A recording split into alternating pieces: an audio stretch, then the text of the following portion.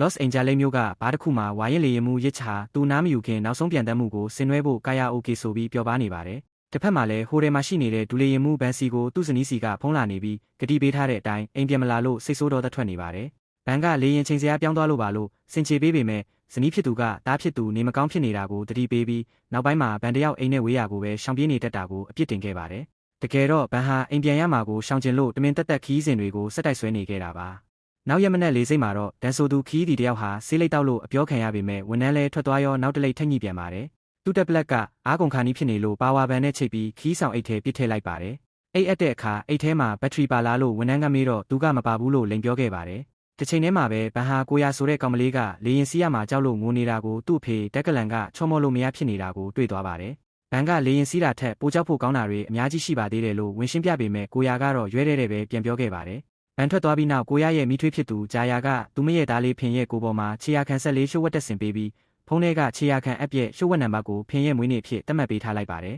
။လေရင်ကိန်းမှာတော့ e-sports ကစားသမားလီလီဟာဂိမ်းဆော်သူတွေကိုအမြဲနှိမ်တက်တဲ့နဗန်းသမား Hatch နဲ့မတော်တဆတိုက်မိသွားပါတယ်။ Hatch ကလီလီကိုလိုက်လံနှောက်ယှက်နေပြီးလီလီကပြန်ပြောလေပိုပြီးလေဖြစ်နေပါတယ်။အတင်းကောင်းဆောင်ဆန်ကဝင်မာပေးပေမဲ့အခြေအနေတွေပိုဆိုးမလာခင် Hatch ရဲ့နီးပြကသူ့ကိုဆွဲခေါ်သွားပါတယ်။ဆန်နဲ့လီလီတို့လေရင်ပေါ်တက်ဖို့လှုပ်တဲ့အခါဒန်ကကြားဖြတ်လူတက်သွားပါတယ်။မောင်းနှင်ခန်းထဲမှာတော့ဒူလေရင်မှုဘန်ကလေအေးပေးဆက်ပန်ကတခုအလောက်ကောင်းကောင်းမလုပ်တာကိုစီကန်းချက်မှတ်တမ်းမှာတွေ့သွားပြီးမပြင်ရသေးပဲမထွက်တင်ဘူးလို့ပြောပါတယ်။ဒါပေမဲ့ရစ်ချကခလုတ်ကိုရီဆက်ချလိုက်ပြီးဘာမှမဖြစ်ပါဘူးဆိုကထွက်ခွာဖို့ပဲဆုံးဖြတ်လိုက်ပါတယ်။ဘန်ကလေရင်တောင်ပန်တွေကိုတေချာအောင်ထက်ခါစစ်ဆေးနေတဲ့အခါရစ်ချကအတွေးလွန်နေတယ်ဆိုပြီးအော်ငေါက်ပါတယ်။လေရင်ပြန်တက်ပြီးနောက်ရစ်ချကစောကအော်လိုက်လို့ဘန်ကသူ့ကိုထိုးတော့မလို့လားလို့နောက်ပြောင်ပြီးမေးပါတယ်။ဘန်ဟာအဲ့ဒီလိုဒေါသကြီးတဲ့စရိုက်ကြောင့်ပဲလေတက်ကနေထုတ်ပယ်ခံခဲ့ရတာဖြစ်ပြီးအသက်ကြီးတဲ့အထိကပတ်ရိမ်မဖြစ်နိုင်သေးတာပါ။ဒါပေမဲ့အခုတော့ဒါကိုရဲစရာတစ်ခုလို့ပြောနိုင်နေပါပြီ။ခဏအကြာမှာလေရင်ဟာလေပြင်းဝေးတာကြောင့်အနှဲငယ်တုန်ခါသွားပေမဲ့တစ်စက္ကန့်လောက်ပဲကြာပါတယ်။ခီးဒီမက်ကလေရင်မလေးဇိုးအီကိုစိုက်ကြည့်နေတဲ့အခါသူ့သူငယ်ချင်းဘက်ကီက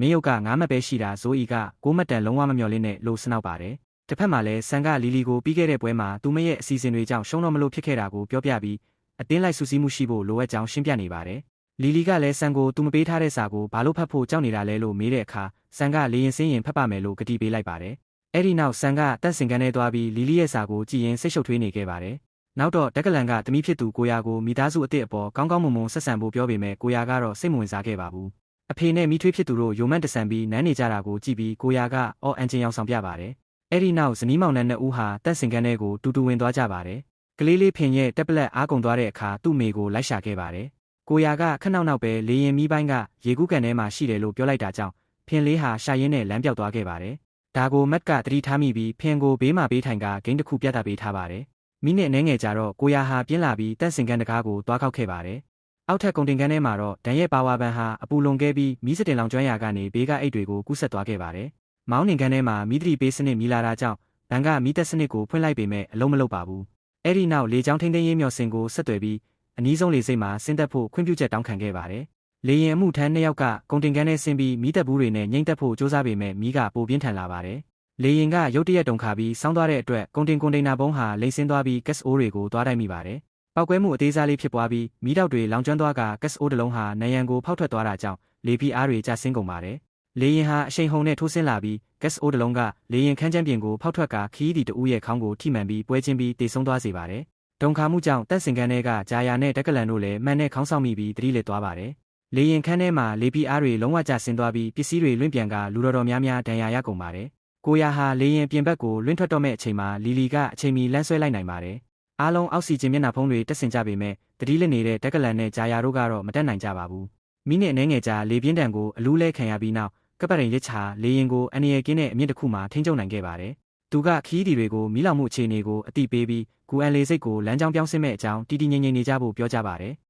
ဆန်ကတက်စင်ကန်ထဲကထွက်လာပြီးလီလီစီသွားဖို့စ조사ပေမဲ့အခုအချိန်မှာသွားလာရတာအန်ရယ်များလုံးတာကြောင့်လေရင်မှုထမ်းစိုးအီကသူ့ကိုလွတ်တဲ့ခုံမှာပဲထိုင်ခိုင်းလိုက်ပါတယ်။အားလုံးအာယုံလွဲနေတော့ဒန်ကတက်စင်ကန်ထဲခိုးဝင်ပြီးဆေးလိပ်တောက်ပြန်ပါတယ်။ကိုရာကသူမရဲ့မိဘတွေကိုလိုက်ရှာခြင်းပေမဲ့လီလီကအတင်းဆွဲထားပါတယ်။ရုတ်တရက်ပဲကုန်တင်ကန်ထဲကကွန်တိန်နာဘုံးဟာပောက်ကွဲထားတဲ့အပေါက်ကနေအပြင်ကိုလွင့်ထွက်သွားပြီးလေရင်အင်ဂျင်ကိုသွားရိုက်မိကမီးစလောင်ပါတယ်။အားလုံးထိတ်လန့်တုန်လှုပ်နေကြစဉ်ဇိုးအီကဒန်ကိုသူ့ခုံသူပြန်ခိုင်းပါတယ်။မကြခင်မှာပဲမီးလောင်နေတဲ့အင်ဂျင်ဟာပြုတ်ထွက်သွားပြီးလေရင်နံရံကိုအပေါက်ကြီးဖြစ်သွားစေပါတယ်။ခီးဒီတော်တော်များများဟာသူတို့ထိုင်ကုန်တွေနဲ့အတူလေရင်ပြင်ဘက်ကိုလွင့်ထွက်သွားကြပါတယ်။မောင်းနှင်ကန်ထဲမှာတော့ဘန်ကစနစ်ထိန်းချုပ်မှုကိရိယာထက်ဝက်ကျော်ပျက်စီးသွားတာကိုသတိပြုမိပါတယ်။ သူကလေကြောင်းထိန်းသိမ်းရေးစီထက်မှန်ဆက်သွယ်ပြီးပိုနီးတဲ့လေစိတ်ရှိမရှိမေးပေမဲ့အနီးနားမှာဘာလေစိတ်မှမရှိပါဘူးခီးဒီတွေအသက်လူပြီးမြဲမြဲဆွဲထားကြရစဉ်ကိုရာကအဖေဖြစ်သူကိုရှာဖို့ပြေးထွက်ရာလေရင်အမှုထမ်းပန်နီကလမ်းဖမ်းထားလိုက်ရပါတယ်ဒုတိယအင်ဂျင်ကပါမီးထလောင်ပြီးလေရင်တစ်စီးလုံးလျက်စစ်မီးတွေပြတ်တောက်ကကိရိယာအလုံးရပ်ဆိုင်းသွားပါတယ်လေရင်မှုတွေကအရေးပေါ်လေအားလျက်စစ်စနစ်နေဆက်ကိုဖွင့်လိုက်ပေမဲ့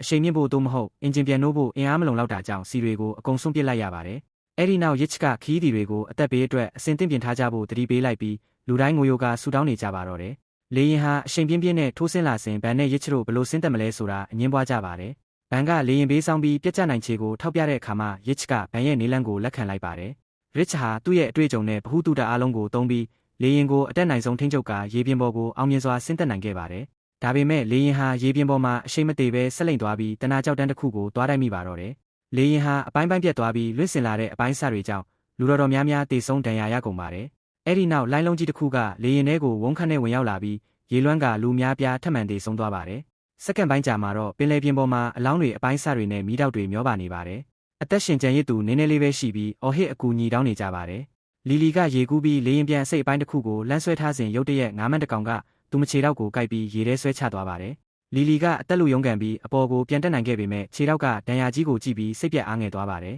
တံပြားကတဖြည်းဖြည်းနစ်လာတာကြောင့်သူမရေနဲ့ဝေးရာကိုရွှေ့လိုက်ရပါတယ်မောင်းနှင်ခန်းထဲမှာဘန်ကရစ်ချ်ကိုနှိုးနေပြီးတနာကြောက်တန်းတာမရှိရင်သူတို့လွတ်မြောက်ပြီဖြစ်ကြောင်းပြောနေပါတယ်အဲ့ဒီအချိန်မှာမောင်းနှင်ခန်းမှန်တွေစတင်အကွဲလာပါတယ်ပန်နီကကိုရာကိုစောင့်နေဖို့ပြောပြီးဘန်ကိုကူညီဖို့မောင်းနှင်ခန်းထဲပြေးဝင်လာပါတယ်သူတို့ရစ်ချ်ကိုဆွဲထုတ်တဲ့အခါရစ်ချ်ကနာကျင်စွာအော်ဟစ်ပြီးနိုးလာပါတယ်ဘာလို့လဲဆိုတော့သူ့ခြေထောက်ကတံပြားညက်နေလို့ပါဘန်ကအရေးပေါ်ပူစိန်နဲ့ခုတ်ပေမဲ့မရတဲ့အပြင်ရစ်ချ်စီကသွေးတွေအများကြီးထွက်နေတာကိုတွေ့သွားပါတယ်ရစ်ချ်ကဒါဟာသူ့ရဲ့နောက်ဆုံးချိန်ဆိုတာလက်ခံလိုက်ပြီးပန်နီနဲ့ဘန်တို့ကိုစိတ်မကောင်းစွာနဲ့နှုတ်ဆက်ကမောင်းနှင်ခန်းထဲကနေထွက်သွားခိုင်းပါတယ်တကားပိတ်လိုက်ပြီးနောက်ဘန်နဲ့ပန်နီတို့ဟာဒဏ်ရာရနေတဲ့လေရင်အမှုထမ်းတစ်ယောက်ကိုကယ်ထုတ်နိုင်ခဲ့ပါတယ်တစ်ဖက်မှာတော့ရစ်ချ်ဟာမိသားစုတပ်ပုံလေးကိုကင်ပြီးသူ့အကြိုက်ဆုံးတခြင်းကိုဆိုနေရင်မှန်တွေကွဲထွက်ကရေလွှမ်းပြီးတေဆုံးသွားပါတော့တယ်ဝင်လာတဲ့ရေတွေကြောင့်မောင်းနှင်ခန်းတကားပွင့်သွားပြီးဘန်တို့အဖွဲ့လည်းလွင့်ထွက်သွားပါတယ်ဘန်ကသူ့ရဲ့ကလေးတိုင်းနဲ့ဒဏ်ရာရနေတဲ့အမှုထမ်းကိုသွေးတိတ်အောင်စီးပေးပြီးအသက်ရှင်ကျန်ရစ်သူတွေကိုရှာဖို့ပန်နီကိုပြောပါတယ်တန့်စင်ခန်းထဲမှာတော့ဂျာယာနိုးလာပြီးတက်ကလန်ကိုနှိုးပါတယ်တက်ကလန်ကထိတ်လန့်ပြီးတကားကိုအတင်းဖွင့်လိုက်တာကြောင့်ရေတွေဝုန်းခန့်နဲ့ဝင်လာပါတယ်တစ်ချိန်တည်းမှာပဲလေရင်မီးပိုင်းကထောင်လျက်ကြီးဖြစ်နေပြီးရေတွေတဖြည်းဖြည်းတက်လာပါတယ်မတ်ကအကူညီတောင်းပြီးအော်ဟစ်ရာဇိုးဤတယောက်ပဲပြန်ထူးပြီးသူ့စီကိုဓမီတလက်လှမ်းပစ်ပေးပါတယ်မတ်ကဖင်လေးကိုထိုင်ခုံကားဘက်ကနေဖြီးပေးနေတုန်းဇိုးဤကအောက်ကိုဆင်းလာပါတယ်လမ်းမှာအလောင်းတွေကိုတွေ့ပြီးလန့်လန့်သွားပေမဲ့နောက်ဆုံးတော့အောက်ခြေကိုရောက်လာပါတယ်မတ်နဲ့ဇိုးဤတို့ဟာဘက်ကီပလီးလက်နေတာကိုတွေ့ပြီးအော်နိုးကြပါတယ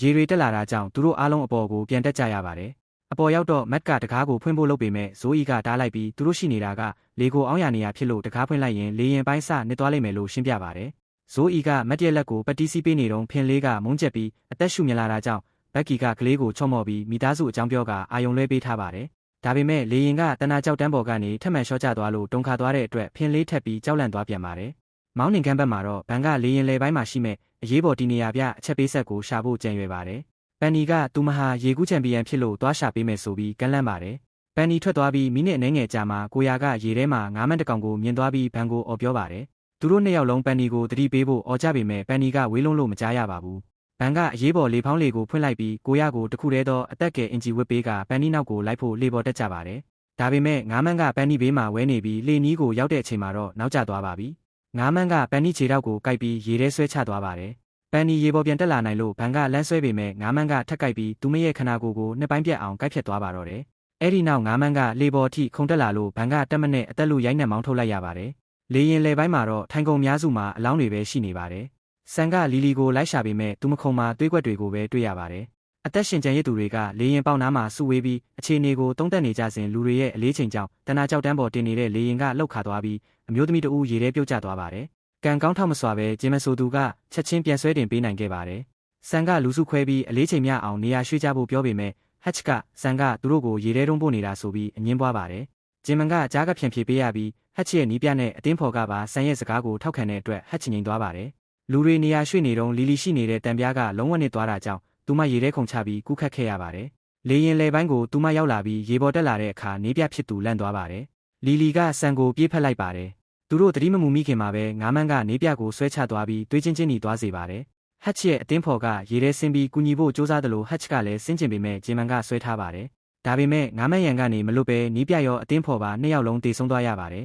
်ဒီတေဆုံးမှုတွေဟာဆန်ရဲ့အစီအစဉ်ကြောင့်ဆိုပြီးဟ ချ်ကဆန်ကိုလမ်းထိုးကြိတ်ပါတော့တယ်ဂျင်မန်ကဝင်ဆွဲပေမဲ့သူပါထိုးခံရပါတယ်အဲ့ဒီအချိန်မှာဗန်ရောက်လာပြီးဟတ်ချ်ကိုဆွဲထုတ်ကအသက်ရှင်ခြင်းရင်စိတ်အေးအေးထားဖို့တတိပေးလိုက်ပါတယ်လေရင်မိပိုင်းမှာတော့ဇိုအီကအောက်ဆီဂျင်တိတ်မကျန်တော့ဘူးလို့ပြောပါတယ်မက်ကဒီမှာပဲနေနေရင်ဘယ်သူမှလာခဲ့မှာမဟုတ်ဘူးဆိုပြီးရေငုပ်ထွက်ဖို့ဆုံးဖြတ်လိုက်ပါတယ်သူကအလောင်းတွေကိုရှောင်ကွင်းပြီးအမြန်ဆုံးကူးခတ်သွားပါတယ်လမ်းမှာသူ့အင်ဂျီကအပိုင်း11ခုနဲ့ညီးနေပေမဲ့ချက်ချင်းချွတ်ပစ်ပြီးရေပေါ်ကိုတက်နိုင်ခဲ့ပါတယ်သူအကူအညီတောင်းနေတော့ပခုံးကိုလက်တစ်ဖက်ကလာကင်လို့လန့်သွားပါတယ်အဲ့ဒါကတော့ဂျာယာရဲ့အလောင်းကိုဖက်ပြီးတကားချက်ပေါ်မှာမျောနေတဲ့တက်ကလန်ဖြစ်ပါတယ်တက်ကလန်ကကိုရာလို့သမီးနမီကိုခေါ်ပြီးတာနဲ့ငါးမန်းကရေပေါ်ခုန်တက်ပြီးသူ့ကိုဆွဲစားသွားပါတော့တယ်လေရင်လေပိုင်းမှာဘန်ကခီးတီတွေကိုအသက်ကယ်အင်ဂျီတွေနဲ့ဒုတိယမြောက်လေဖောင်းလေကိုရှာခိုင်းပါတယ်အဲ့ဒီနောက်ပစ္စည်းထဲတဲ့အကန့်တွေကိုလိုက်ရှာရင်းအချက်ပေးဆက်ကိုတွေ့ပေမဲ့အင်တင်နာတစ်ခုရေထဲပြုတ်ကျသွားပါတယ်ဘန်ကရေငုပ်ပြီးချက်ချင်းပြန်ဆယ်နိုင်ခဲ့ပါတယ်အားလုံးလေပေါ်တက်ကြစဉ်ဘန်ကဆက်ကိုဖွင့်လိုက်ပြီးလေပေါ်တက်ဖို့လှုပ်တုံးကိုရာကအပေါင်နားမှာအဖေကိုလိုက်ရှာနေတာတွေ့သွားပါတယ်သူကအချက်ပေးဆက်ကိုဒန်စီပေးလိုက်ပြီးကိုရကိုသွားပွေခေါ်လိုက်တဲ့အချိန်မှာပဲငါးမန်းကရေပေါ်ကိုခုန်တက်လာလို့တီတီလေးလွတ်သွားပါတယ်ရုတ်တရက်လေရင်ကကြောက်တန်းပေါ်ကနေထပ်မံ၍လျားသွားပြီးလိုင်းလုံးကြီးတစ်ခုဝင်လာတာကြောင့်လူတော်များများရေရဲပြုတ်ကျကုန်ပါတယ်တန်ဟာအပေါ်ကိုပြန်တက်ဖို့အသေးအတန်စူးစမ်းရင်းအချက်ပေးဆက်ကိုရေထဲချပစ်ခဲ့ပါတယ်ဂျင်မန်ကဗန်နဲ့ကိုရာကိုကူညီနေတုန်းဆန်ကခီးဆောင်အိတ်တစ်ခုကိုဆွဲထားရင်းအနီးနားမှာတတိလက်နေတဲ့ဟတ်ချ်ကိုတွေ့တာကြောင့်သွားခဲ့ပါတယ်ဆန်ကအကူညီတောင်းနေစဉ်ငါးမန်းနှစ်ကောင်ကသူတို့ဘေးမှာဝဲလာပါတယ်လေပေါ်မှာဘန်ကဆက်ပယ်မှာလဲလို့မေးတဲ့အခါဒန်ကသူချပစ်ခဲ့မိတယ်လို့ဝန်ခံပြီးဒါဟာဘန်ရဲ့တာဝန်သာဖြစ်တယ်လို့ရန်တွေ့ပါတယ်ဆန်ရဲ့အော်တန်ကိုကြားရတဲ့အခါဘန်ကသွားခဲ့ဖို့လုပ်ပေမဲ့ဒန်ကလေကိုမရွှေ့ခိုင်းပဲဘန်ဟာလေရင်ပြက်ကျအောင်လုပ်ခဲ့လို့အပြစ်ဖြေချင်နေတာလို့ဆွဆွဲပါတယ်အဲ့ဒီနောက်ဒန်ကဘန်ကိုထိုးလိုက်လို့ဘန်ကလည်းပြန်ထိုးပြီးကလေးတွေကိုသွားခဲ့မယ်လို့ကြေညာပါတယ်ဒန်ကအခြားလေပေါ်ပြောင်းချင်ပေမဲ့လူတွေကခွင့်မပြုဘဲဆဲဆိုကြပါတယ်ဘန်နဲ့ဂျန်တို့လေကိုအမြန်ဆုံးလော်ခတ်ပြီးဆန်နဲ့ဟတ်ချ်တို့ကိုငါးမန်းရန်ကနေအချိန်မီဆွဲတင်နိုင်ခဲ့ပါတယ်လေရင်မိပိုင်းမှာတော့ဂျင်းခတ်နဲ့အတန်တွေကြားရပြီးဇိုအီကထွက်ခွာဖို့အချိန်တန်ပြီလို့ဆုံးဖြတ်ကသူမနဲ့ဖင်အတွက်အသက်ကယ်အင်ဂျီတွေယူလိုက်ပါတယ်ဘက်ကီကတော့အသက်ကြီးပြီးဒဏ်ရာပြင်းထန်လို့မကူးနိုင်တော့ပေမဲ့ဇိုအီကပြန်လာခဲ့ပါမယ်လို့ကတိပေးခဲ့ပါတယ်ဖင်နဲ့ဇိုအီတို့ရေငုပ်ပြီးကူးခတ်သွားစဉ်အလောင်းတစ်ခုကြောင့်လန့်ပြီးလေနှဲငယ်ထွက်သွားပေမဲ့ရေပေါ်ကိုအောင်မြင်စွာရောက်ရှိသွားပါတယ်ဒါပေမဲ့ရေပေါ်မှာမတ်ရဲ့အလောင်းမျောနေတာကိုတွေ့လိုက်ရပါတယ်အနီးနားမှာလေဘူးလေးတွေ့တာကြောင့်ဇိုအီကဖွင့်လိုက်ပြီးလေဖောင်းလာပါတယ်ဖင်ကိုလေပေါ်တင်ပေးဖို့လှုပ်တုံးငါးမန်းကဇိုအီကိုကိုက်ပြီးရေထဲဆွဲချသွားပါတယ်အပြင်းထန်ရုန်းကန်ပြီးနောက်ဇိုအီရေပေါ်ပြန်တက်လာပြီးဖင်နဲ့အတူလေပေါ်တက်နိုင်ခဲ့ပါတယ်ဒါပေမဲ့ဇိုအီဟာသွေးထွက်လုံပြီးတတိလစ်သွားပါတယ်ဖင်လေးအော်ဟစ်အကူညီတောင်းနေတော့ငါးမန်းကလေကိုအတင်းဝင်တိုက်တာကြောင့်ဖင်လေးရေထဲကိုပြန်ပြုတ်ကျသွားပါတယ်အခြားလေတွေပေါ်မှာလီလီကအတန်ကြားလို့မောကြည့်လိုက်တဲ့အခါလေရင်တစီးဖြတ်ပြန်သွားတာကိုတွေ့ရပါတယ်အားလုံးအော်ဟစ်ပြီးလက်ပြကျပေမဲ့လေရင်ကတော့ကြော်ဖြတ်ပြန်တန်းသွားပါတယ်နိုင်ရီနှဲငယ်ကြာမှာလေရင်မိပိုင်းဟာရေလုံးဝမြုပ်လူနီးပါးဖြစ်သွားပါတယ်ဘက်ကီဟာသူမှမရှင်နိုင်တော့မန်းတီလို့မြင်းမလေးရဲ့ဓာတ်ပုံကိုကြည့်ပြီးကျေးဇူးတင်စကားဆိုကနှုတ်ဆက်လိုက်ပါတယ်ညဘက်ရောက်တော့အရေးပေါ်ကယ်ဆယ်ရေးရဟတ်ယာဉ်တစ်စီးရောက်လာပြီးရှာဖွေရေးလုပ်ပါတယ်အနီးနားမှာတရုတ်ငါးဖမ်းသင်္ဘောတစ်စီးကိုတွေ့လို့အကူအညီတောင်းပါတယ်လေပေါ်မှာတော့ဟတ်ချ်ကသူ့ကိုကယ်ခဲ့တဲ့အတွက်ဆန်ကိုကျေးဇူးတင်စကားပြောပြီးလီလီကိုဖွင့်ပြောဖို့တိုက်တွန်းပါတယ်ဆန်ကအတင်းဖော်ခြင်းမတွဲရဘူးဆိုတဲ့စီကန်းရှိတယ်လို့ပြောပေမဲ့ဟတ်ချ်ကဘယ်သူမှအဲ့ဒီစီကန်းကိုမလိုက်နာပါဘူးလို့ပြောပါတယ်ကိုရာကသူမရဲ့မိသားစုဆုံးရှုံးသွားလို့ဝမ်းနေနေစဉ်ဘန်ကမိသားစုဟာအမြဲတမ်းအတူရှိနေမှာပါလို့နှစ်သိမ့်ပြီးသူ့ရဲ့မိသားစုတပ်ပုံဟောင်းလေးကိုပြပါတယ်အဲ့ဒီအချိန်မှာရဟတ်ယာဉ်ကသူတို့ကိုတွေ့သွားလို့ဘန်ကမိကြီးတွေပြစ်ဖောက်ပြပါတယ်ကယ်ဆယ်ရေးရေငုပ်သမားတဦးဆင်းလာတဲ့အခါလူတွေကငါးမန်းတွေရှိတယ်လို့အော်တီပေးပေမဲ့သူမှမကြားပါဘူးရေထဲရောက်တာနဲ့ငါးမန်းကချက်ချင်းကြိုက်ခဲပါတော့တယ်ရဟတ်ယာဉ်ကသူမကိုပြန်ဆွဲတင်ဖို့စူးစမ်းပေမဲ့ငါးမန်းကလွတ်မပေးပါဘူးနောက်ဆုံးဆွဲတင်နိုင်တဲ့အချိန်မှာတော့ရေငုပ်သမားမလေးဟာခြေတစ်ဖက်လက်တစ်ဖက်ပြတ်သွားခဲ့ပါပြီသူမကရေပြင်းနဲ့နီးလုံးနေသေးတာကြောင့်ငါးမန်းကထပ်မံခုန်တက်ပြီးဆွဲချသွားပြန်ပါတယ်ငါးမန်းကဆွဲချလိုက်တဲ့အချိန်ကြောင့်ရဟတ်ယာဉ်မှာလိုက်ပါသွားပြီးကျိုးဆွဲစနစ်ပောက်ကွဲကရဟတ်ယာဉ်ဟာပင်လယ်ထဲပြတ်ကျသွားပါတော့တယ်ပောက်ကွဲမှုကြောင့်ဖြစ်ပေါ်လာတဲ့လိုင်းတန်ကြောင့်လေပေါ်ကလူတော်များများရေရဲပြုတ်ကျကုန်ပါတယ်လူတွေပြန်တက်ဖို့စူးစမ်းစဉ်ဒန်ကအသက်လူပြီးအမျိုးသမီးတစ်ယောက်ရဲ့လက်မောင်းကိုဆွဲကိုက်ကသူမကိုရေထဲတွန်းချပြီးသူကလေပေါ်တက်လိုက်တာကြောင့်အဲ့ဒီအမျိုးသမီးကိုငါးမန်းကဆွဲစားသွားပါတယ်အဲ့ဒီအချိန်မှာငါးဖမ်းသင်္ဘောကြီးရောက်လာတာကြောင့်ဘန်ကနောက်ဆုံးမိကြီးကိုပြစ်ဖောက်ပြီးလမ်းပြပါတယ်ဒါပေမဲ့တင်မောကကြောက်တန်းတွေကြောင့်ရှေ့ဆက်လာလို့မရဘဲရက်လိုက်ရလို့ဒုက္ခတွေတွေကပဲလက်နဲ့လော့ခတ်ပြီးသွားကြရပါတယ်အဲ့ဒီတော့မှဘန်ကကိုရာပြောင်းနေတာကိုသတိပြုမိပြီးအားလုံးဝိုင်းရှာကြရာဂျင်မန်ကကိုရာဟာလေရင်ပြက်အပိုင်းဆက်ကြီးတစ်ခုပေါ်မှာရက်နေတာကိုတွေ့သွားပါတယ်အဲ့ဒီအပိုင်းဆက်ကမကြခင်နှစ်တော့မှဖြစ်လို့ဘန်ကရေထဲခုန်ချပြီးသွားခဲ့ပါတယ